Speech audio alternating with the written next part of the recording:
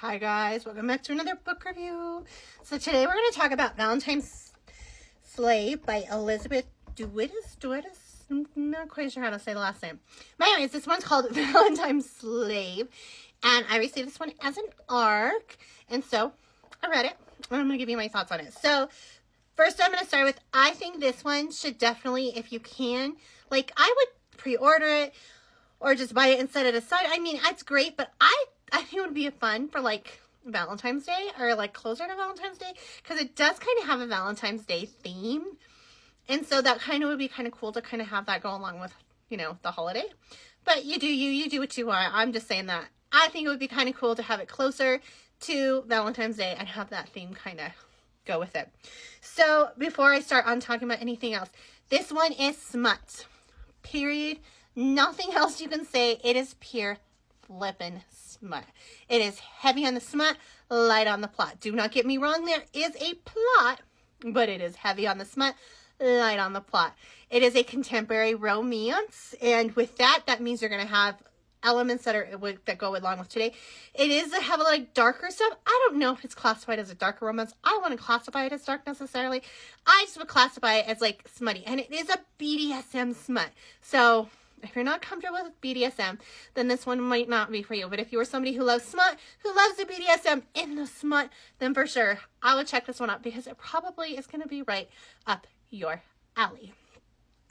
So there is an age gap in there as well. It's not a huge age gap, but there is an age gap.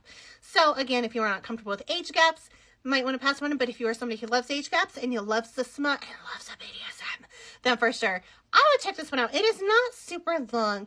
It is a shorter book. It's not like so short that you're like, oh, like I wouldn't, it's not a novella, but it's still a shorter book. So, I mean, if you're looking for something really long, like a crazy long fantasy, then for sure, that's not good. This one's not going to meet it.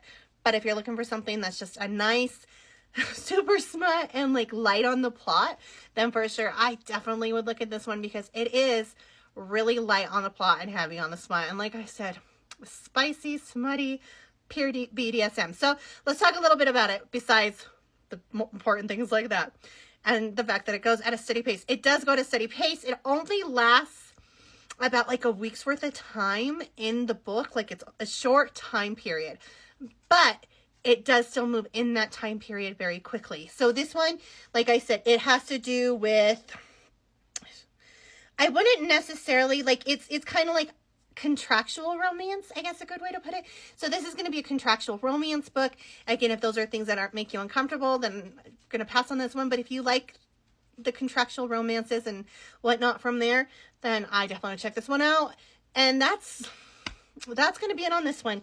It's contractual romance. I really don't want to say too much more because it does have a lighter plot. I don't want to say too much and give everything away. It has to do with a girl that's struggling financially, and he's going to help her out by having her sign a contract, and that's it on this one.